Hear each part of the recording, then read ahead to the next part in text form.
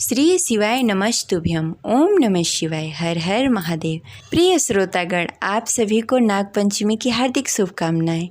आज सुनेंगे नागपंचमी की कथा। तो प्रेम से बोले गौरी पुत्र गणेश की जय, शिव जी माता पार्वती की जय। हिंदू धर्म में नागपंचमी का बड़ा ही महत्व है। कुछ क्षेत्रों में इसे भैया पंचमी के नाम से भी जाना जाता है। हिंदू पंचांग के अनुसार श्रावण मास के शुक्ल पक्ष की पंचमी तिथि को यह पर्व मनाया जाता है।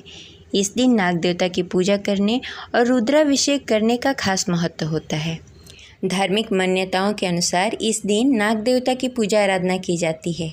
ऐसा करने से जीवन में आने वाली कई बाधाएं दूर होती है और शुभ फल प्राप्त होते हैं। इस अवसर पर श्रद्धालु उपवास रखते हैं और व्रत कथा का पाठ करते हैं। साथ ही भगवान भोलेनाथ की पूजा आराधना करते हैं। ऐसा करने से जीवन के सभी बाधाएं दूर होती हैं और काल सर्प दोष से भी मुक्ति प्राप्त होती है। नाग पंचमी की पूजा में नाग पंचमी की कथा पढ़ना तथा सुनना शुभ माना जाता है। ऐसा कहा जाता है कि इस कथा के पढ़े बिना नाग पंचमी की पूजा अधूरी मानी जाती है। तो इस कथा को अंत तक अवश्य सुनी। कथा बीच में नहीं छोड़नी चाहिए। ऐसा माना जाता है कि कथा बीच में छोड़ने से पाप लगता है। तो चलिए सुनते हैं नाग पंचमी की पौराणिक कथा। तो प्रेम से बोलिए जय शिव शंभु, हर हर महादेव। नाग पंचमी की पौराणिक कथा के अनुसार जन्मेजय अर्जुन के पोते थे तथा राजा परीक्षित के पुत्र थे। जब जन्मेजय को पता चला कि सांप के काटने से उनके पिता की मृत्यु हो गई है, तो उन्होंने बदला लेने के लिए सर्पसत्र नामक यज्ञ का आयोजन किया। ऋषि आस्तिक मुनि ने नागों की रक्षा के लिए श्रावण मास के शुक्ल पक्ष की पंचमी के दिन यज्ञ बंद कर दिया। इस कारण तक्षक नाग के बचने से नागों का वंश बच गया। आग के ताप से नागों को बचाने के लिए ऋषि ने उन पर कच्चा दूध डाल दिया। वहीं से नाग पंचमी के दिन नाग देवता को दूध चढ़ाने की प्रथा शुरू हो गई। तब से नाग पंचमी नागों के प्रिय बन गई। नागों ने आस्तिक मुनि से कहा कि पंचमी को जो भी मेरी पूजा करेंगे उसे नाग दंड का भय नहीं रहेगा। तब से पंचमी तिथि के दिन नागों की पूजा की जाती है और उन्हें दूध पिलाया जाता है। अब चलिए सुनते हैं नाग पंचमी की कथा। तो प्रेम से बोलिए हर हर महादेव। नाग पंचमी की पौराणिक कथा के अनुसार प्राचीन काल में एक सेठ जी के 7 पुत्र थे। उनके 7 पुत्रों का विवाह हो चुका था। उनमें से सबसे छोटे पुत्र की पत्नी बहुत ही रूपवती और सर्वगुण संपन्न थी और बहुत ही सुशील थी, परंतु उनके कोई भाई नहीं थे। एक दिन बड़ी बहू ने घर लीपने के लिए पीली मिट्टी लाने के लिए सभी बहुओं से कहा, तो सभी बहुओं ने डलिया और खुरपी लेकर चल पड़ी। वहां जाकर खुरपी से मिट्टी खोदना शुरू कर दिया। तभी वहां एक सर्प निकला, जिसे बड़ी बहू खुरपी से मारने लगी। यह देखकर छोटी बहू ने उसे रोकते हुए कहा, मत मारो इसे, यह निरपराध है। यह सुनकर बड़ी बहू ने उसे नहीं मारा। तब सर्प एक ओर जाकर बैठ गया। तब छोटी बहू ने उससे कहा, हम अभी लौट कर आती हैं, तुम यहाँ से मत जाना। यह कहकर वह सबके साथ मिट्टी लेकर घर चली गई और वहाँ काम काज में फंस गई और सर्प से किया हुआ वादा भूल गई। जब दूसरे दिन उसे यह बात याद आई, तब वह सबको साथ लेकर वहाँ पहुँची और सर्प को उस स्थान पर बैठा देखकर बोली, सर्प भैया नमस्कार। तू भैया कह चुकी है, इसलिए तुझे छोड़ देता हूँ, नहीं तो झूठी बात करने के कारण तुझे अभी डस लेता। वह बोली, भैया मुझसे भूल हो गई, उसकी क्षमा मांगती हूँ। तब सर्प ने कहा, अच्छा तू आज से मेरी बहन हुई और मैं तेरा भाई, तुझे जो मांगना है मांग ले। वह बोली, भैया मेरा कोई भाई नहीं है, अच्छा हुआ जो तू मेरा भाई बन गया। कुछ दिन व्यतीत होने पर वह सर्प मनुष्य का रूप धारण करके उसके घर आया और बोला, मेरी बहन को भेज दो। सबने कहा कि इसका तो कोई भाई नहीं था। तब वह बोला, मैं दूर के रिश्ते में इसका भाई लगता हूँ, बचपन में ही बाहर चला गया था।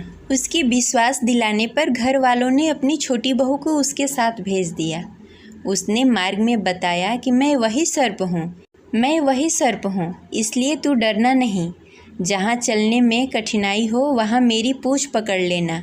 उसने उसके कहे अनुसार ही किया और इस प्रकार वह उसके घर पहुँच गई। वहाँ के धन ऐश्वर्य को देखकर चकित हो गई। एक दिन सर्प की माता ने उससे कहा, मैं बाहर जा रही हूँ, तू अपने भैया को ठंडा दूध पिला देना। उसे यह बात ध्यान न रही और उसने गर्म दूध पिला दिया, जिससे उसका मुंह बुरी तरह जल गया। यह देखकर सर्प की माता बहुत क्रोधित हुई, परंतु सर्प के समझाने पर चुप हो गई। तब सर्प ने कहा कि बहन को अब उसके घर भेज देना चाहिए। तब सर्प और उसके पिता ने उसे बहुत सारा सोना, चांदी, जवाहरात, वस्त्र, आभूषण देकर उसे उसके ससुराल पहुंचा दिया। इतना सारा धन देखकर बड़ी बहू ईर्ष्या से बोली, भाई तो बड़ा धनवान है, तुझे तो उससे और भी धन लाना चाहिए। सर्प ने यह बात सुन ली और सारी वस्तुएं सोने के लाकर दे दिया। यह देखकर बड़ी बहू ने कहा, इन्हें झाड़ने के लिए झाड़ू भी सोने की होनी चाहिए। तब सर्प ने झाड़ू भी सोने की लाकर दे दी। सर्प ने छोटी बहू को हीरा और मणि से जड़ित एक अद्भुत हार दिया था। उसकी प्रशंसा उस देश की रानी ने भी सुनी थी। वह राजा से बोली कि सेठ जी की छोटी बहू का हार यहाँ आना चाहिए। राजा ने मंत्री को हुक्म दिया कि उससे वह हार लेकर शीघ्र उपस्थित हो। मंत्री ने सेठ जी से जाकर कहा कि रानी ने छोटी बहू का हार पहनने के लिए मांगा है, वह उससे लेकर मुझे दे दो।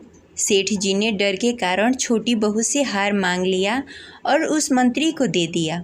छोटी बहू को यह बात बहुत बुरी लगी।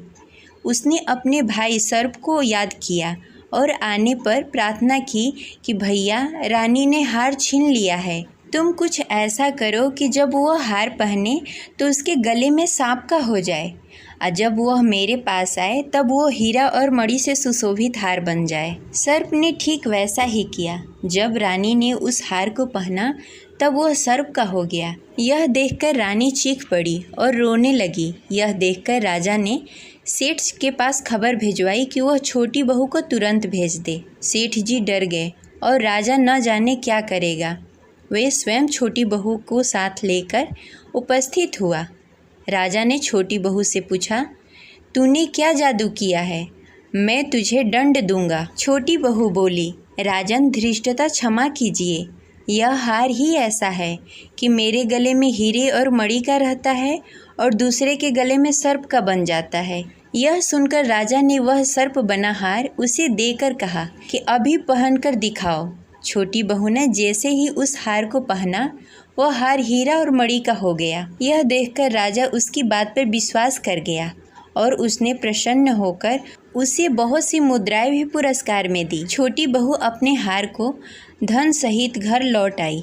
उसके धन को देखकर बड़ी बहू ने ईर्ष्या के कारण उसके पति को सिखाया कि छोटी बहू के पास पता नहीं कहाँ से इतना धन आ गया। यह सुनकर उसके पति ने अपनी पत्नी को बुलाकर कहा, ठीक ठीक बता, यह धन तुझे कहाँ से मिला?